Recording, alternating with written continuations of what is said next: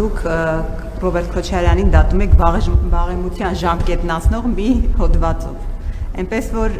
մի հատ ձեր իրավական համակարգին հասկացեք ինչպես է դա ստացվել, հետո նոր թվարկեք ապօրինի գույքերը, ընդ որում որը իրավականորեն պետք է կարողանաք ապացուցել։ Բայց հարցը դրա մասին չէ, դուք ասում եք, այո, իրավացիորեն պնդում եք, որ դուք 26 թվականի հունիսի 5-ին հրապարակում հրահանգը տվել եք իրավապահ համակարգին, կրկնեցիք նույնը ազգային ժողովի ամբիոնից, ասացիք, որ ժողովրդի պահանջն է դա։ Հիմա, եթե դուք հրահանգ տալիս եք, ձեզ ընտրած ժողովուրդը դատում է բոլորին, իրավապահ ամբողջ համակարգին չի եք պահում, քննչականը, դատախազությունը, այդ ինչի համար են եւ անարդար չէ արդյոք ձեզ ընտրած ժողովրդի հանդեպ, որ պահում եք այդ կառույցները, խոշոր բյուջե եք տալիս, պարգևավճարներ, գուցե լուծարեք դրանց, ձեր ընտրած քաղաքացիներին տակ այդ գումարները, մեկ հատ դատը իրենք են անում, դուք էլ գնաք նստեք հրապարակում, ձեր հայտնի մուրճը վերցեք, դատ ու դատաստան իրականացնեք, գուցե այդ սխալան աշխատի, արդյոք անարդար չէ ձեզ ընտրած քաղաքացու հանդեպ այս իրավական գործընթացները, եթե իրենք են դատում, բայց արդյունքը ֆինանսապես նրանց չի հասնում։ Եվ երկրորդը դուք ասում եք, որ նաև այն հատվածը հասարակության, որը ձեզ ձայն չի տվել, նրանց այսպես բնութագրել եք ավելի վաղ 100%-ով կաշառքով ընտրած, հետո 70%-ով, հիմա անարդար է նաև նրանց հանդեպ ձեր վերաբերմունքը։ Նրանք ձեզ այդ պահանջը չեն ներկայացրել, այսինքն նրանք այլևս Հայաստանի Հանրապետության քաղաքացի չեն, ոչ մի պահանջ չունեն, ոչ մի բան ձեզանից ակնկալիք չունեն, նրանց պահանջները կարելի է հաշվի չառնել, սա այս մասով առաջին հարցը, եւ երկրորդ հարցը, պարոն Փաշինյան, տևական ժամանակ է ձեր կին Աննա Հակոբյանը մի արշավ է սկսել ընտանեկան բռնության հետ կապված։ Հետաքրքիր զուգադիպությամբ շատերը հետին մտքեր են տեսնում նաև այստեղ, դա համընկեց այն ժամանակահատվածի հետ, երբ նորից մենք Աննա Հակոբյանին տեսանք ձեր կողքին, որ հայտարարել էր, որ հեռանում է ամառանոցից։ Մարդիկ ասում են, ինչու այս ժամանակահատվածը ընտրվեց, ինչն էր պատճառը, որ նոր Տիկին Հակոբյանը հիշեց ընտանեկան բռնության մասին, դա նոր երևույթ չի, դա քրեական օրենսգրքի համապատասխան հոդված ունի, ինչու է հիմա որոշել խստացնել եւ ընդհանրապես դուք ինչպես եք վերաբերում այս հարցի Տիկին Հակոբյանի կողմից այսպեսի մեծ լայն արձարծմանը։ Նախ ես հունիսի 5-ին հրահանգ չեմ տվել, ես հունիսի 5-ին ձևավորել եմ եզրափակիչ հայաստանյան այցի արդյունքներով քարոզարշավի առաջիկա պետության անելիքների օրակարգի մի հատված։ Ինչու՞։ Մի պարզ պատճառով, որտեվ ես ուր գնում եմ, էլի ուզում եմ ձեզ, այսինքն դուք մի մասում ներկա եք եղել, ինձ համար ամենամեծ դժվարությունը եղել է այն,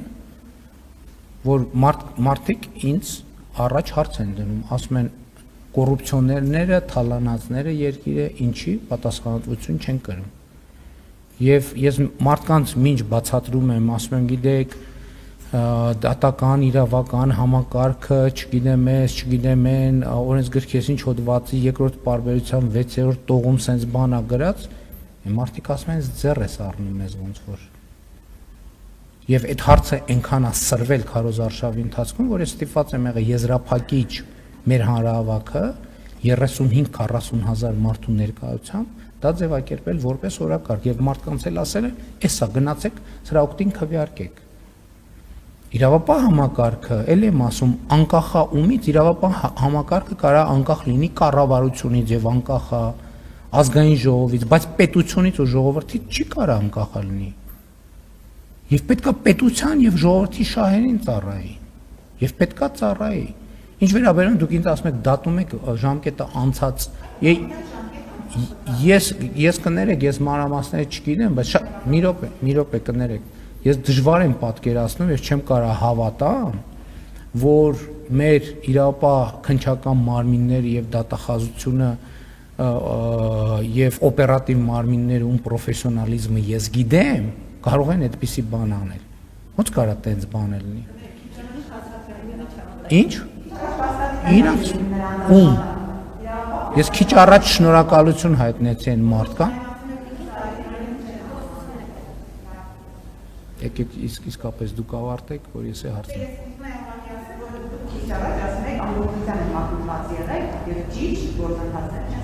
Այո, ես խոսում եմ օրինակ նախկին գլխավոր դատախազի մասին։ Ես խոսում եի ԱՑ-ի նախկին ղեկավար կազմի մասին, որ դուս են եկի հայտարարություններ են անում։ Եվ ես իմանալով մեր այսօրվա եւ որպես ոչ որպես վարչապետ, որպես քաղաքացի, մեկը այն քաղաքացիներից, որ կանգնած է եղել հանրապետության հրապարակում, ես էլի շնորհակալություն հայտնեցի մեր դատաիրավական համակարգի բոլոր այն ներկայացուցիչներին, ովքեր ի վերջո այս բացահայտումները արել են։ Ես չեմ կարող հավատամ, ես բացառում եմ ուղղակի, ես չգիտեմ, դա իմ գործը չի բան անել, իրավական անալիզի ենթարկել, բայց ես չեմ կարող դրան հավատամ, դա բացառված է, որ չգիտեմ, անիրավաչափ հիմքերով իրանք որևէ բան անեն։ Դա պարզապես բացառված է։ Եվ էլի, բայց էլի ուզում եմ ասեմ, ի վերջո այդ թվում դուք, ի վերջո վերաբերմունք ձևավորեք։ Այսինքն ձեզ համար նորմալ է, որ մարդ կարա գա երկրի ղեկավարի պաշտոնում 10 տարի աշխատի եւ դառնա միլիոնատեր դոլարային, ձեզ համար դա նորմալ է։ Ասեք, որ նորմալ է ձեզ համար։ Ասեք, որ նորմալ է։ Գրեք, բարձրաձայնեք, մի բան արեք, այսինքն դրանով ինչ անում եք, բայց այդ նյուանսն է փաստողեք։ Գրեք ձեր լրատվամիջոցներում, որ այո, ինչպես են ազնիվ վաստակը Ռոբերտ Քոչարյանի, չէ՞ որ նրանք Հենրի Ֆորդից էլ տաղանդավոր բիզնեսմեն են, նույնիսկ Հենրի Ֆորդը ասում էր, ինձ մի հարցրեք առաջին 1 միլիոնը որտեղից մնացածի հաշվետվությունը ես ձեզ կտամ, այս մեր սուպեր բիզնեսմեններն ասում են, մեզ մի հարցրեք։ Դա նորմալ է։ Եթե նորմալ է, բայց խի միլիոնատեր չեմ ժողովուրդ։ Այ եկեք հիմա անդրադառնանք այն, որ գրում էիք, որ չգիտեմ, կամ կներեք, ով որ գրում էր, որ ես Ֆրանսիայում առանձնատուն ունեմ, որ Աննան Կանադայում առանձնատուն ունի, որ չգիտեմ որտեղ ինչ ունեմ, այդ ամեն ինչը գիտեք ինչի համար է։ Դրա հեղինակն էլ էին իրանք, ցույց տալով, որ դա նորմալ է, որ գալիս է այստեղ հայտնվում ես, պետք է սկսես միլիոնատեր դառնալ, որ դա նորմալ չի եւ չի լինելու այդպես։ Ինչ վերաբերվում է այն քաղաքացիներին, որոնց մասին դուք ասացիք, ես մեկ ընդմիշտ ասել եմ, Հայաստանի քաղաքացիները, եթե համարում են, որ սխալ է տեղի ունենում եւ պետքա կանգնեցնեն, իրանք իրավունք ունեն հեղափոխություն անեն։ Ունեն այդ իրավունքը։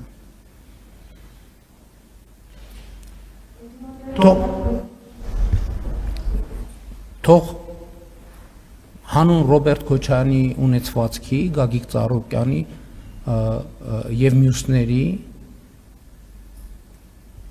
Կալուգացի օլիգարխի եւ Սերժ Սարգսյանի վաստակած ազնիվ վաստակի համար Հայաստանի Հանրապետության քաղաքացիները, եթե համարում են, որ պետք է պաշտպանեն նրանց ազնիվ վաստակը, թող դուրս գան փողոցներ եւ պաշտպանեն ամենայն հարգանքով եւ լրջությամբ եմ ասում, մեզ էլ հեղափոխությամբ հեռացնեն իշխանությունից, բերեն իրանց սիրելի եւ ազնվագույն Ռոբերտ Քոչարյանին, Սերժ Սարգսյանին, Սամվել Կարապետյանին, Գագիկ Ծառուկյանին, բերեն տեղավորեն այս կառավարման շենքերում, մեզ էլ թող տանեն Հանրապետության հրապարակում կախաղան հանեն։ Ես օքեյ եմ այս սցենարի հետ։ Եթե իրանք դա են ուզում, ժողովրդի որոշումը ինձ համար ընդհանրապես քննարկման ենթակա չի։ Հա, երկրորդ հարցը, ինչու հիմա երևի հարցը ճիշտ է Աննային տալ, ինչու հիմա։ Ոնց եմ ես վերաբերվում։ Ես վերաբերվում եմ հետևյալ կերպ, կարծում եմ, որ շատ խիզախ բան է անում Աննան, որովհետև մենք բոլորս գիտեք ինչ կա մի ճշմարտություն, որ բոլորս գիտենք, բայց այդ մասին ընդունված չի խոսել։ Եվ ամենամեծ խիզախությունը բոլորիս հայտնի եւ բայց տենց ինչպես ժամանակին Վազգեն Սարգսյանն էր ասում, համաձայնության գաղճ մթնոլորտում եւ լռության գաղճ մթնոլորտում պահելն է։ Դուք բոլորս, մենք բոլորս գիտենք, ընդ որում պարտադիր չի, որ մենք ամբողջ ծավալով իմանանք, որովհետեւ ժամանակակից գիտությունը եւ ժամանակակից տեսությունը շատ հազարավոր բաներ կան, գրքեր կան այդ թեմայով գրված։ Ասում եմ, որ բռնությունը մենակ չնայած այս դեպքում իհարկե առաջին հերթին ֆիզիկական բռնության մասին է, բայց բռնմենակ ֆիզիկականը չի բռնությունը շատ ավելի բազմաշերտ երևույթ է, որը մենք նույնիսկ չենք ճանաչում, մեր իրականությունը չի ճանաչում։ Եվ ես կարծում եմ, այո, այն պայմաններում, երբ որ Հայաստանի բնակչության մեծ մասը կանայք են եւ այդ նշանակում է մեր երկրի տնտեսություն եւ ընդհանրապես մեր երկրի զարգացման հիմնական ներուժը կանայք են, մենք պետք է կարողանանք կանանց պաշտպանել, այդ թվում ընտանեկան բռնությունից եւ մեր ընտանիքները պաշտպանել, որովհետեւ դա իր հերթ բերում է հետևանքներ եւ կանանց եւ տղամարդկանց եւ երեխաների համար եւ դա է իմ դիրքորոշումը դա է եւ մենք պետք է առերեսվենք այս խնդրի հետ անպայման պետք է առերեսվենք եւ ձեզ էլ կոչ եմ անում ակնհայտ բաները որոնք դուք գիտեք բայց որոնց մասին ընդունված չի խոսել ինչ եք լռությամբ մատնում հիմա Աննան է դրա մասին խոսում դրա համար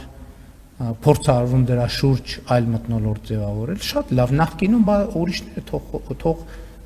բավարար չափով լրատվամիջոցները քաղաքական ուժերը դրա մասին խոսեին թող բոլորը խոսեն եւ իրենց դիրքորոշումը ասեն բայց ճշմարտության լեզվով խոսեն